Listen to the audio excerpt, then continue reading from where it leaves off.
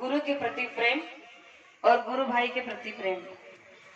गुरु के प्रति प्रेम, विश्वास, श्रद्धा है, इसीलिए हम इतनी दूर दराज से चलकर यहाँ पर पहुंच चुके हैं। प्रेमियों, जय गुरुदेव नाम जो इस संसार में समस्त विश्व प्रेमियों के लिए जगाया गया है, इस नाम की ये ताकत है कि आज हम सब यहाँ पर खींचे चले आए हैं। तो इसीलिए मैं बार बार यही कहना चाहूंगी कि हमारा आपका परम सौभाग्य है कि बाबा जय गुरुदेव जी महाराज ने हम आपको नाम का दान दिया। जय गुरुदेव नाम वर्णात्मक दिया, धुनात्मक नाम दिया। दोनों नामों से हमें उन्होंने प्रेरित किया और कहा कि संसार में अब आप इस नाम के साथ में अपने जीवन को बसर कर सकते हो। तो हम आप देख रहे हैं कि आज संसार में संसार की क्या स्थिति हो चुकी है, लेकिन प्रेमियों, जो जय गुरुदेव नाम इस संसार में गुंजायमान हो गया है, उसकी महिमा का वर्णन बताते हुए शायद हमारे दिन रात महीने साल खत्म हो जाएंगे, लेकिन गुरु महिमा कभी खत्म नहीं होगी। लेकिन फिर मैं आपको बताना चाहती हूँ कि गुरु महिमा इतनी अपार है, इतनी अगाध है कि जिसका कोई अंत नहीं। लेकिन इसे समझने के लिए हमारे अंदर गुरु के प्रति पवित्रता चाहिए, निर्मलता चाहिए, तब जाकर ये सब हमारे अंदर समाता है और इसका भेद हमें पता चल जाता है। गुरु महाराज ने कहा कि जय गुरुदेव नाम के साथ साथ आपको जो धुनात्मक नाम हमने दिया है, ये नाम इंसान को जीते जी इस मनुष्य शरीर से तार कर ले जाता है, यानी कि इस भवसागर से तारने का जो रास्ता हमें मिला है, वो नाम गुरु महाराज ने हम आपको सभी प्रेमियों को दिया है। आप कहोगे तो इसमें कौन सी बड़ी बात है? संसार में तो बहुत सारे ऐसे संत महात्मा बने हैं जो जीवों को नाम का दान दे रहे हैं, लेकिन प्रेमियों, ये इतनी आसान और सस्ती बात भी नहीं है, क्योंकि हमारे गुरु महाराज संसार में एक ऐसे महान गुरु आए हैं जो ना भूत भविष्य वर्तमान में कभी आए नहीं थे और ना ही आएंगे। ऐसे गुरु का अवतरण इस धरती पर केवल और केवल हमारे आपके लिए हुआ है, और इस नाम की महिमा के हम अभी भी जान नहीं पाए हैं। तो इसके लिए गुरु महाराज ने एक बार छोटा सा प्रमाण दिया था कि इस नाम को पाने के लिए पता नहीं लोगों ने कितने कठिन यातनाएं उठाई, कष्ट उठाए, लेकिन फिर भी उन्हें समय पर यह नाम का दान नहीं मिला जो हम आप लोगों को सहज में गुरु महाराज ने दे दिया। आप कहोगे कैसे? एक छोटा सा प्रमाण देना चाहती हूँ कि प्रमाण के सिवा हमारी बात समझ में नहीं आ सकती। एक महात्मा जी थे, उस समय के बड़े पहुंचे हुए महात्मा थे, और वो उस समय के जीवों को नाम का दान देकर उन्हें ध्यान भजन कराकर अपनी जीवात्मा को पार कराने का रास्ता बताते थे। एक प्रेमी को बड़ी जिज्ञासा थी कि उन्हें भी किसी पहुंचे हुए महात्मा से नाम का दान मिल जाता तो वो भी जीते जी परमात्मा का दर्शन कराकर अपने इस मनुष्य शरीर को सार्थ कर देता। तो कौस्तुभा उसी महात्मा के आश्रम पर पहुंचा। वहां जाकर देखा, महात्मा के आश्रम में पहले से बहुत सारे प्रेमी वहां पर सेवा में थे, ये भी वहां पर सेवा में लग गया। अब उसने जाकर वहां बताया नहीं, किसी को जताया नहीं, बस रहने लगा, सेवा करने लगा। समय से लेकर सुबह से लेकर शाम तक जो भी सेवा मिलता करता रहता, सत्संग के समय में सत्संग में जाकर सुनता। ये क्रम उसका चलता रहा, और इस क्रम को करते करते 6 वर्ष बीत गए। 6 वर्ष के बाद एक दिन जब वो सत्संग में बैठा था, महात्मा जी समय पर आकर सत्संग देने लगे। सत्संग जब खत्म हुआ तो उनकी नजर उन पर पड़ी, तो उन्होंने उन्हें पास बुलाकर पूछा कि तुम कौन हो, कहां से आए? हमने आज ही आपको देखा। तो उसने हाथ जोड़कर महात्मा से प्रणाम किया, कहने लगे कि हुजूर, हम तो 6 वर्ष से आपके आश्रम में हैं, आपकी नजर आज पड़ी। उन्होंने कहा कि अरे, अगर 6 वर्षों से यहाँ थे तो बताया नहीं, कभी एक बार मिलने आए नहीं। उसने कहा कि हमारी ये इच्छा थी कि काश आपकी नजर हमें ढूंढ ले, और जिस दिन आपकी नजर हमें ढूंढ लेगी उसी दिन हमारा सच्चा रास्ता हमें मिल जाएगा, और इसीलिए हमने नहीं बताया। महात्मा जी ने कहा ठीक है, कोई बात नहीं। अब 6 वर्षों से यहाँ थे तो तुम्हारी कोई बात, कोई कामना तो होगी, कोई वजह तो होगी। उसने कहा कि हमने आपका बड़ा नाम सुना है, आप जीवों को नाम का दान देते हैं और जीवात्मा का साक्षात्कार करने का रास्ता देते हैं, तो मुझे भी वही चाहिए, उसी के लिए मैं 6 वर्षों से यहाँ पड़ा हूँ। उन्होंने कहा कि अच्छा, तुम्हें रूहानियत की दौलत चाहिए, नाम का रास्ता चाहिए, वो तो इतना आसान और सस्ता नहीं, लेकिन ठीक है, अगर तुम 6 वर्षों से यहाँ थे तो कुछ तो तुम्हें मिला होगा यहाँ रहने के बाद, लेकिन मैं तुम्हें वो रास्ता देने से पहले एक काम सौंपना चाहता हूँ, क्या तुम करोगे? उसने कहा कि आपका आदेश, जो भी आप कहो।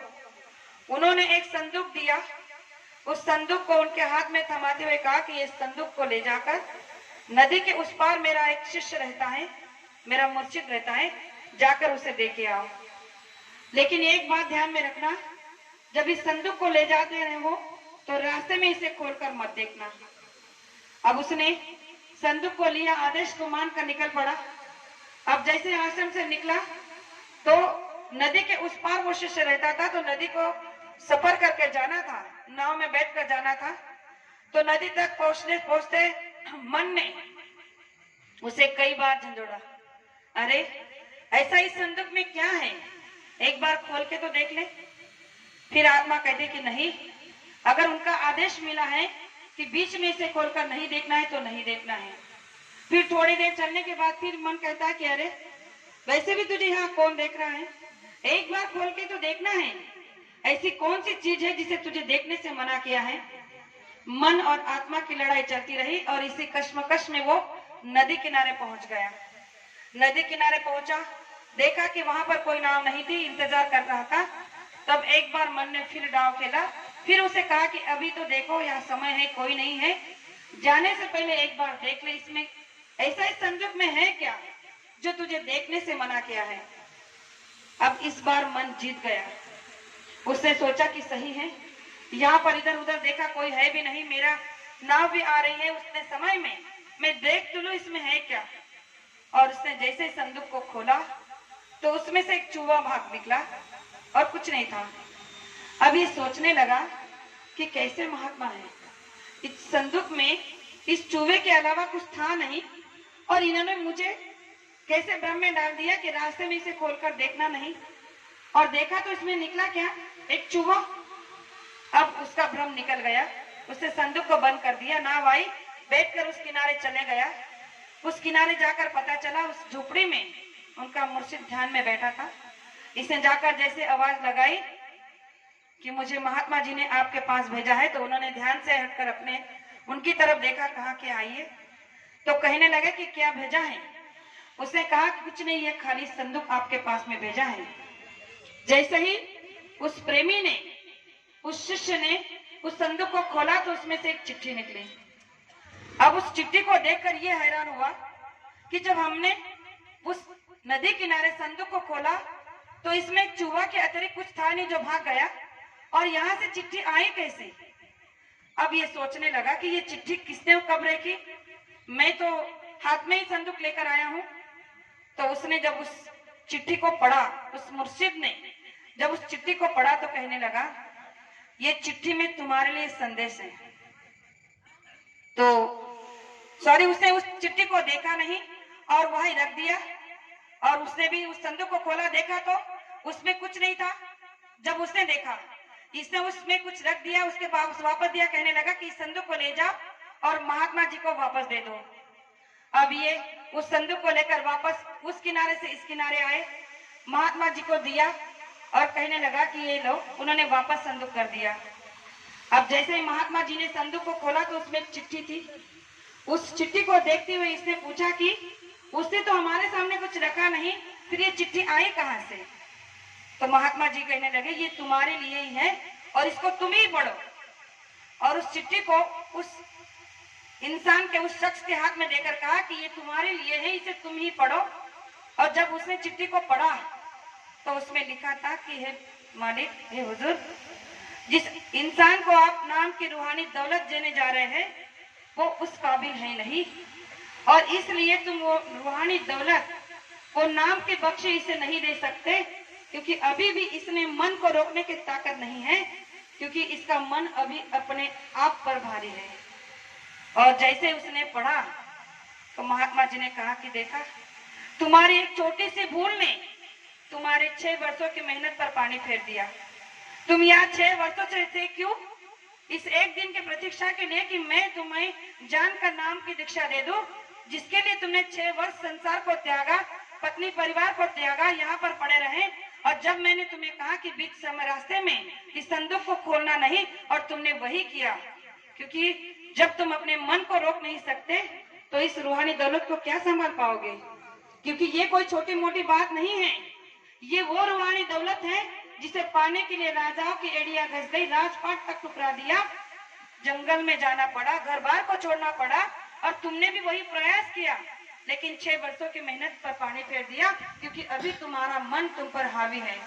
जिस दिन तुम अपने मन को रोकने की विधि को सीख जाओगे, यानी कि अपने आप को कंट्रोल करना सीख जाओगे, मन को काबू करने में सीख जाओगे, उस दिन इस बख्शी को प्राप्त कर लेना।